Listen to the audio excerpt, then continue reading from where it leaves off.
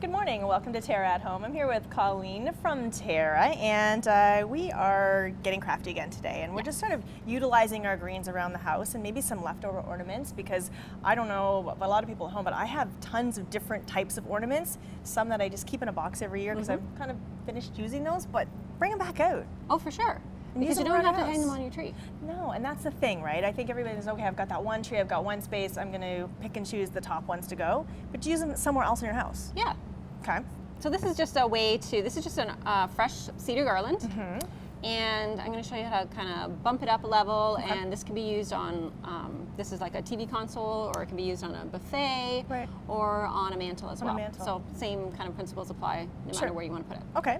What are you going to do to it? So first, you can see it's kind of thin, so we're going to bulk it up just by using some other greens. Okay. Because everything's cut on the inside too, we're just not going to worry about water or anything. And so we're this going is the way you would buy it normally, like this. And when you take it out, it's a long rope. Yep.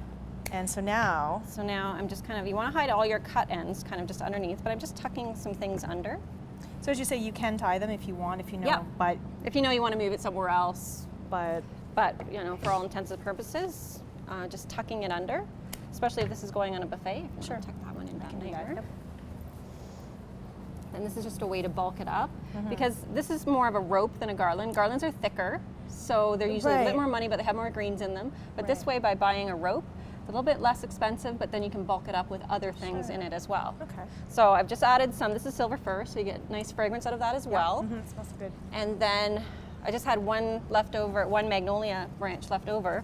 Great thing about these is that the leaves stay really, really well, and you can just use individual leaves. Oh. And just kind of tuck them in there. They come off so easily too, right? They do, and when they dry, they kind of go a really nice light sage green. They do. They're so nice. And actually, that's the thing. That's the great part about these things, is that they do just dry nicely. Yes. With the greens, before you bring them inside the garlands and that, you can spray them with a product called Wilt-Proof, which helps seal in the moisture, so they'll just kind of stay a little bit deeper green longer. Okay. So you could also flip them around if you wanted. That's the cool part about it. But we're just kind of staying with the green theme right now, right? Yeah. And as they dry, they'll kind of twist a little bit. And so much better at this than I am. I am crafty, but I don't like to be crafty on TV, because it just doesn't seem to work out for me. And then I've just got some snowberries, so you can also coordinate with what your tree is. Just kidding. Don't worry, I'll come over and I'll do it. It doesn't want to go anywhere. Coordinating with what your tree is, you can pick like similar berries, and then again with these, you're just tucking them in.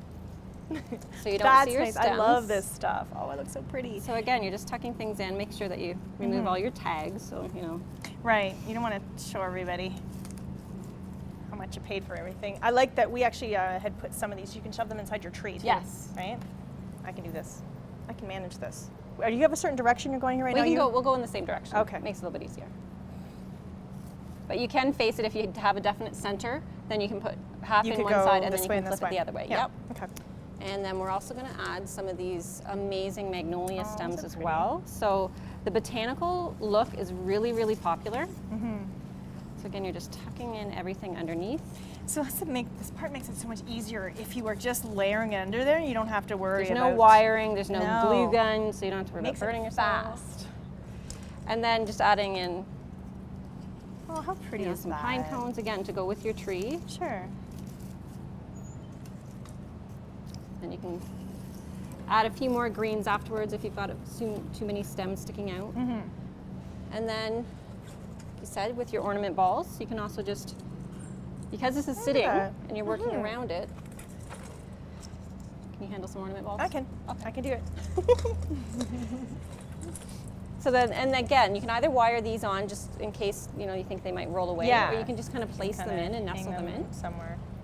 So you can just build this like crazy. You can put candles around it. You can put like a lantern in between it. You can also I like that idea. Sway it so that rather than being straight, it can be curved. Yeah, you could curve it. And then you could put like little candles like all the way down, especially if it's a long buffet table. Then that gives it that dimension and a little bit of sparkle light. Mini lights that are on a battery on this one too, so you have no cords, and then you have that little illumination at nighttime. So yeah, why not have fun with, I'm just picturing, I have this really long dining room table, just put it all the way down the middle, and by the time you build, white plates around this, and beautiful, say, tartan placemats, it could just look, it is just Christmas postcard. And then if you really want to go nuts, and you have a bunch of ornament balls left over, You can create a whole ornament garland. Oh, so you just strung those out. Oh, so cool. these are just strung. I just took a big darning needle, so there's no point that you're not going to poke yourself with it. And then this is just curling ribbon. You can get it wherever, or you can use just twine. And then, you know, those massive boxes of mixed ornaments. Yeah. And then you can choose any color combination you want. These ones have a nice combination using the sparkle, the matte, and the shiny on it. I love that. And just string it on as long as you need it. I have so many big containers of, you know, and I bought a whole bunch thinking that I needed to fill my entire tree with them. And even if I get the biggest tree, I still don't use them all. So this was a great idea. Great idea. And this can go inside, outside because they're plastic, especially with like shatterproof. So you can put them outside, you can put them on your mantle, you can also do this down the center of a table as well. So you could actually, you know, if you think about it, you could actually get your kid on this duty because this is something that's easy enough for a child to do, right? And then they're kind of involved and it's fun, Christmas, festive fun. But so when it comes to the greens, let's talk a little bit about, okay, you've set this all out, you've got this ready to go, it looks beautiful. Now you have, obviously we have real greens, fresh greens, but the rest of this is not. Do you spray this? Do you give it a mist? I would spray it before you bring it in. Okay. Because like with the wilt proof, that'll help seal it in to begin with. Right. This won't last, if you do it in November, it's not going to last as well. It will start to get a little bit crispy over time. Okay. But the nice thing about doing it this way too is that the cedar stays pretty well. Yes, it does. And you can continually put in because you're not really wiring too much. It's not too much work. You can continually put in fresh stuff, so take out some of the dry stuff and put in fresh. Okay. If it's going to be going on a mantle, it will dry out a lot quicker. So you can mist it lightly. You just have to be careful with some of your other things that you've put in there and what it's sitting on. Yeah. So, but yes, you can mist it with a really light water. Okay. Just plain water. Distilled water is better so that you don't get any films or anything on it, and it's just nice and clean. Okay, because that's the part I was worried about, if you're putting it on wood and taking care of it and try to, so probably the best idea, as you say, spray before you bring it in, but really don't set it up too early before Christmas. If you really are planning on just, you know, hosting near the latter half of the month of December, just sort of get on it then. It will last like for a few weeks, especially if it's on a mantle and you don't touch it. You're not going to notice that it's dried out.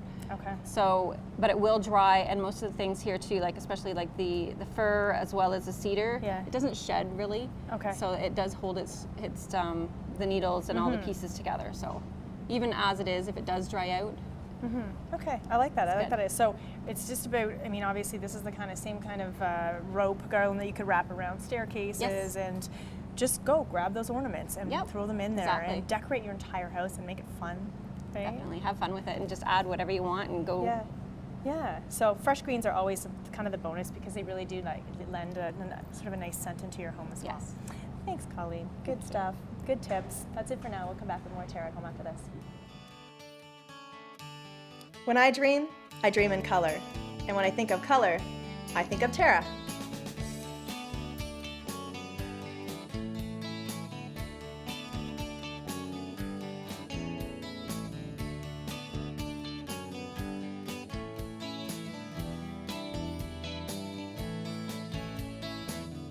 Make your Christmas dreams come true at TERRA, where color lives.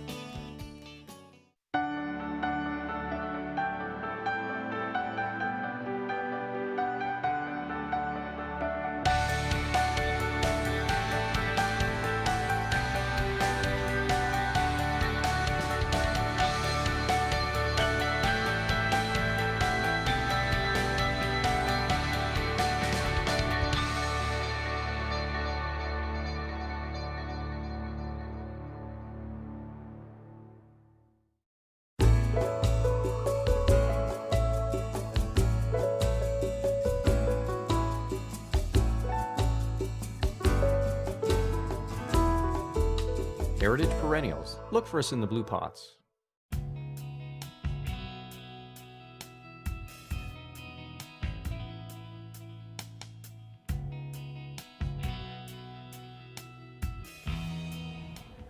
Good morning. Welcome to TERRA at Home. I'm here with Gillian Love from the LCBO. Always a pleasure working with you, my friend. Always great to be here. And we are getting festive today, and we're kind of taking that angle of hosting, and sometimes these can be standalones, or these can be, you know, at the end of a long, very heavy meal, and just having dessert in a glass. Yes, and we have some great flavors. These are great coffees that I'm going to be showcasing today. We're going to do a cold espresso martini, and then we're going to move into some warm coffees. Okay. So it'll be really fun. And it just gives everyone at home an idea for entertaining. You know, it's not a lot of times that you get stuck with ideas, and it's always a nice alternative to dessert. It is. And it's also a nice beginning of an evening too. It is. It's a great beginning. And you know, the cold weather brings everyone indoors, and then they want to warm up with some nice coffee. So well, sometimes people also, they're not sure when it comes to more of a hard liquor. They're not sure what they'd like to have, but they would maybe engage around the holidays. So this is a softer approach to it, right? Especially when you get into the coffee side of things. This is more of a cocktail side, but when you get into the coffees, it is doable, and you can combine some cool flavors. Really, you can. Okay, so let's get into the cold one first. So this is called the Espresso Martini, and we've got a standard nice martini glass. You can chill this in your freezer ahead of time so that it's nice and ice cold. Yeah. So basically, I'm going to add a half an ounce of creme de cacao to a cocktail shaker. I'm going to add 1.5 ounces of vanilla flavored vodka. So we want to emphasize all the flavors here. So we've got a chocolate, creme de cacao, a vanilla, which goes perfect together. So we're adding 1.5 ounces of Smirnoff vanilla vodka, and then a Kahlua. So Kahlua is a coffee flavored liqueur, so we're going to add that. That's going to really enhance the coffee flavors when you're using the chocolate and the vanillas, some of the notes that you would taste in coffee anyway, right? For sure. So it's going to give you that nice rich. And then everyone, I mean, if you're a fan of espresso, it's very strong. So we're going to add about 1.5 ounces of espresso to a glass of ice. And we're just going to shake up. I'm always afraid to use these things. I know, because then they get stuck sometimes. Yes, they do.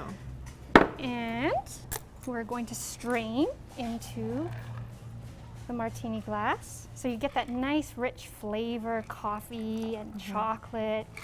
So we've got that. And then we're just garnish. You can garnish with a couple of espresso beans. And very simple. It is. You know, it's a nice cold coffee drink. And you can make this espresso ahead of time. That way it's done and ready to go. It's all done in your fridge and ready to go. So very easy, very simple. I like it. And these are ingredients that is great to have in the house during the holidays because Yes. they're so flavorful, and they go with baking, and they go with a multitude of different They things. sure do.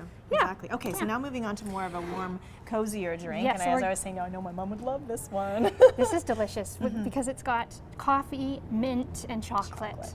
So those are all the things that we think of when we think of the holidays. Yes. So really, it's very, very easy. I'm going to add, we don't need a shaker for this, but I'm just going to add about 1/2 ounce to an ounce. Depends on what you like. If you like a little more coffee flavor, add the ounce of Kahlua. And then I'm going to add 1 ounce, just so half and half, of creme de menthe, mint schnapps, peppermint schnapps, I'm sorry. Peppermint schnapps. And then we're going to top with hot coffee. Okay. And we've brought these little arrow mint balls that they just kind of bob around on the top. They're actually a great idea now because Arrow's come up with these. I mean, they're just another way to decorate, right? Exactly. And you can use a whole different glass if you like, and you can rim your glass with mint chocolate, or you can use the chocolate sticks, the mint sticks that you get at this time of year. So you could use like a glass mug, or you could go with any you can do whatever you like. A nice candy cane in there and a nice hot mug too will work really well. Fun. So okay, cool. All right, moving on to the next one. So the next this is a Canadian martini. So again, we're using hot coffee, nice warm, we're bringing that nice warm sensation. 40 Creek Canadian whiskey is very local. It's a really great, it's a good one. Smooth, sweet whiskey. It's delicious.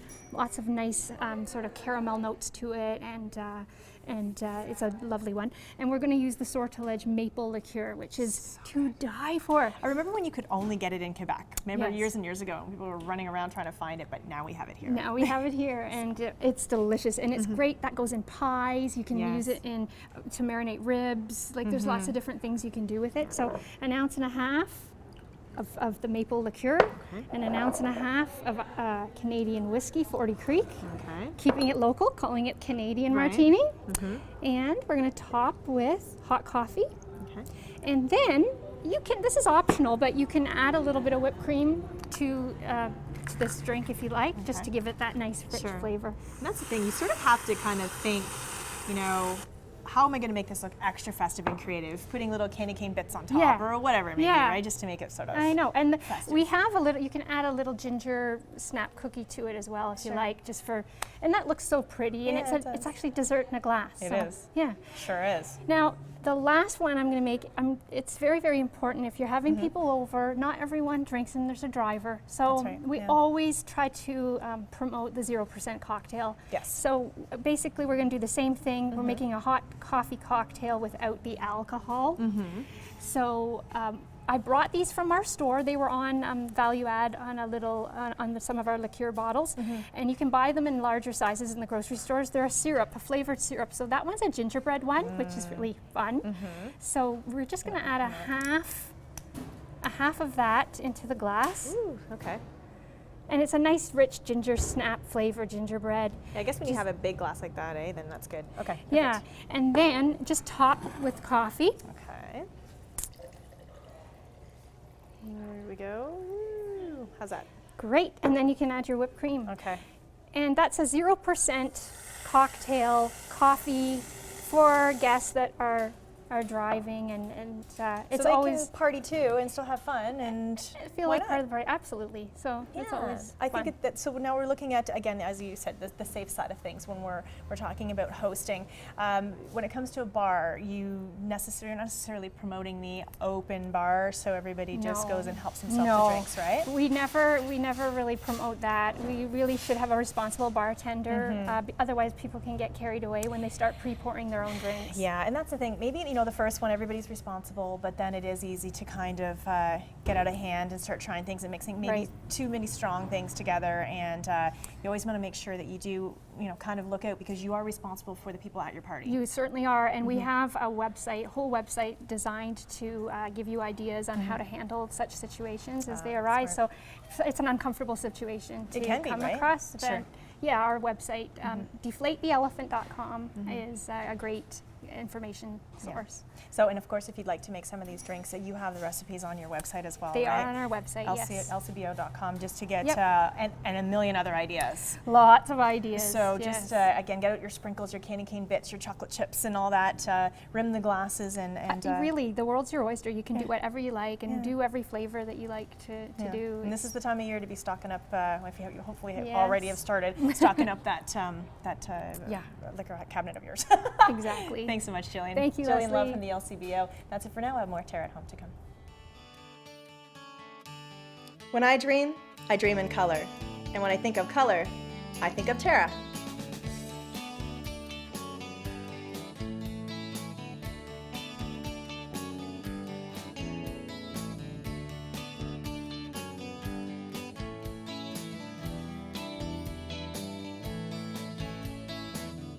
Make your Christmas dreams come true at Terra, where color lives.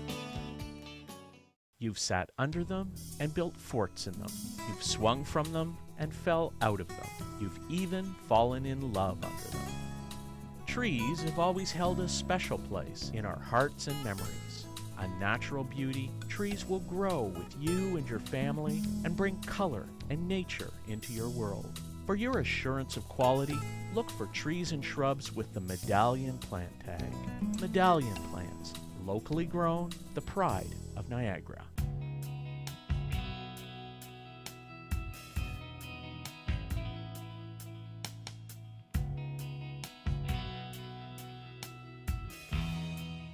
Good morning. Welcome back to Terra at Home. We are using the Go Cooking Kitchen at the Hamilton Spectator today. Thank you to them for allowing us in their space. I have Chef Mark here from La Piazza Allegra restaurant in Hamilton. And we have lots of wonderful ingredients. What are you making today? We're going to do something a little bit different. I don't cook turkey very often. I only do it a couple times a year, probably like most families. Sure. This one is a little bit different. We're going to be stuffing the turkey breast. Okay. So what we have here is a deboned turkey breast that I got from the butcher. Okay. Now, normally you're going to get the double breast. So what they do is they'll give you both breasts, and that's easier to work with. I did cut this in half and stuffed half of it already. So that way we can speed up the process for filming.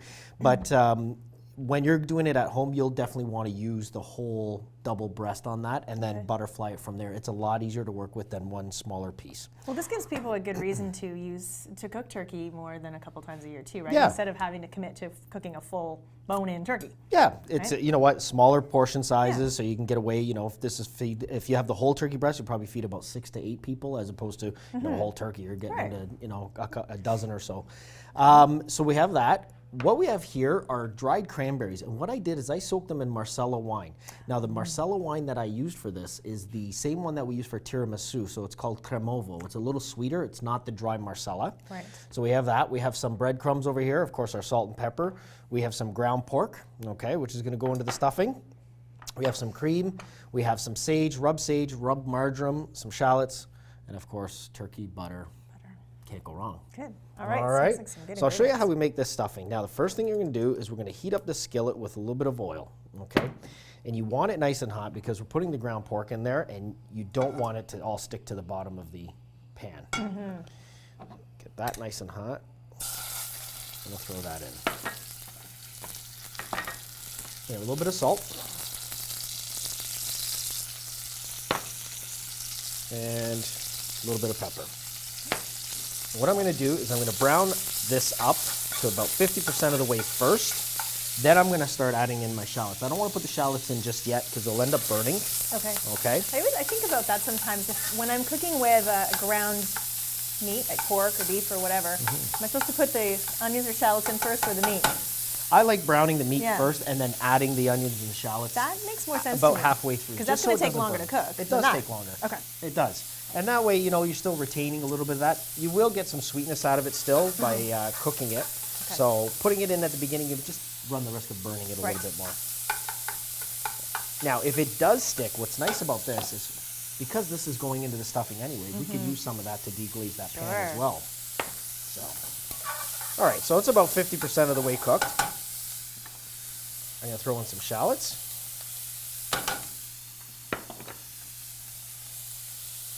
A little bit of marjoram.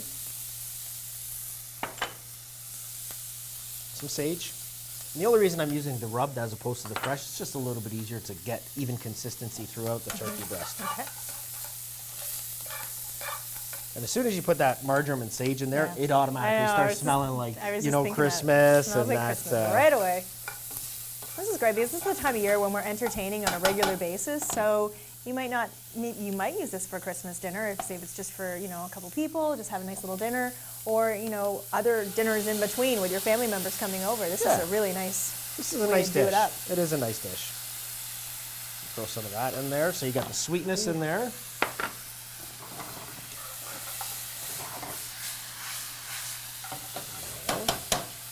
And then we have some 35% cream.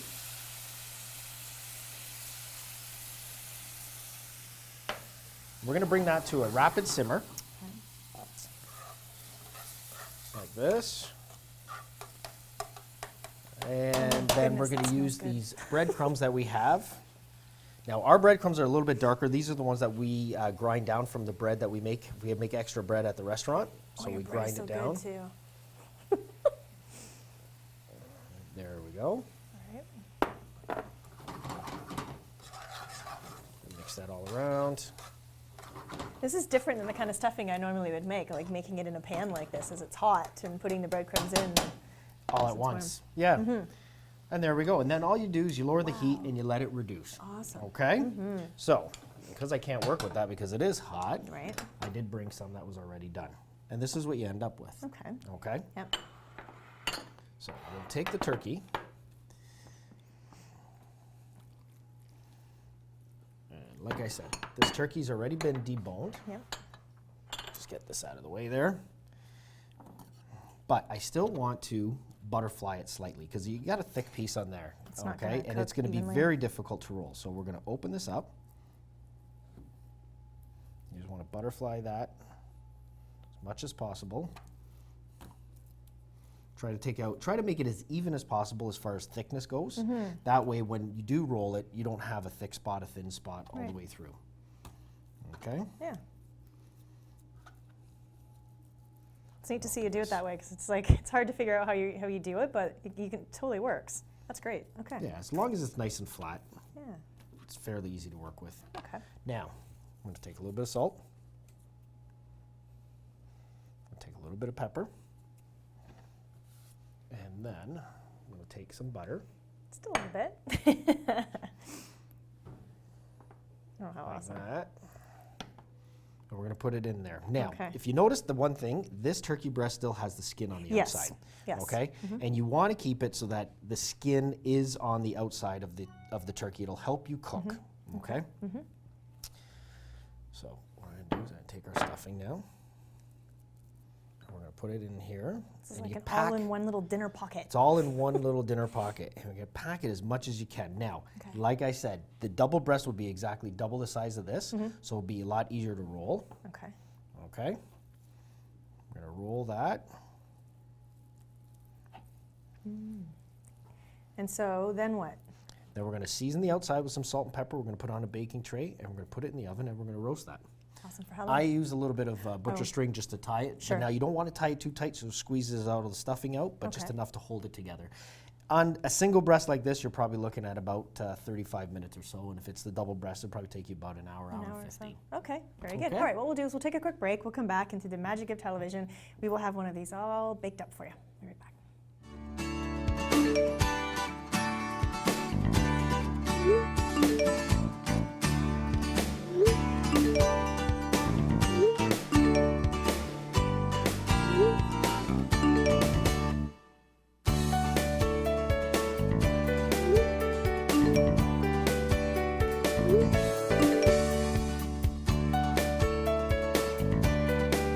Live color fully at Terra, where color lives. Summer camp means a lot to me, and it's the best place on the earth. With the Hamilton Spectator Summer Camp Fund, we believe that a single experience can change a child's life.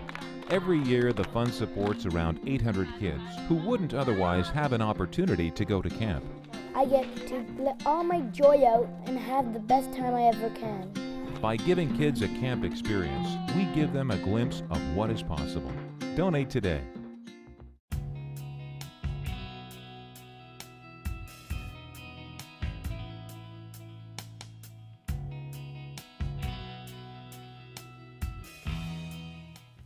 Welcome back to Terra at Home. We're back with Chef Mark, and we have our lovely turkey breast all prepared in do. Christmas spirit. There we go. Smells great. Now, you're going to get a little bit of black around the outside. Don't worry about that. That's Okay. the sweetness coming from that Marsala wine. Oh, right, okay. Okay, so there's nothing to panic about that. Doesn't mean it's burning or anything, but just be prepared. Now, we're going to get the string off. Yeah, as you mentioned, you wrapped it with string, just kind of keep it all together. Just to keep it together, yeah. It's not overly tight, but it's there just to help keep everything together. Like I say, if you do the double breast, it'll be easier too, because you have more meat to work with. Sure. So when I did this and I split it in half, that's where we ended up with, having to tie it down. Well, just a reminder, as you're doing this, you can grab this recipe on our website at terragreenhouses.com, so you can try it out this holiday season. And now, this is one way to stuff it. I mean, I didn't put any nuts in here. Of course, you can put nuts in there. All those things that you would normally do in a stuffing for turkey would work well as inside this dish. There we go. Now, let's slice this. Of course, you want to have a sharp knife for that, so you don't You do. squish out all the lovely insides. Yeah, and you have a nice crispy skin there. Wow, that's great. That looks so good. There we go. And of course, you have to come up with all the wonderful sides that you would put with your turkey dinner, but That's right. stuffing's already inside this one. There we go. So I'll put out 3 pieces like that so you have an idea, and we'll put the other half Okay, kind of like that. looks great. So we're only 2 weeks out from Christmas right now, so gives you lots of options for entertaining and, of course, for Christmas Day. Yeah. Throw a little fresh parsley on there. And then, of course, if you want, you could always melt down some more butter, put it on top, maybe a little bit of wine or something like that to go with So it. again, you put it in the oven for that one. For this one here, it 35 was minutes? about 35, 40 minutes. Okay. Yeah. And then if you have the double, it's going to take you just over an hour. All right, just make sure it's fully cooked before you serve, and That's you have it. a lovely holiday meal. Thanks so much, Mark. All right, have yourself a great weekend.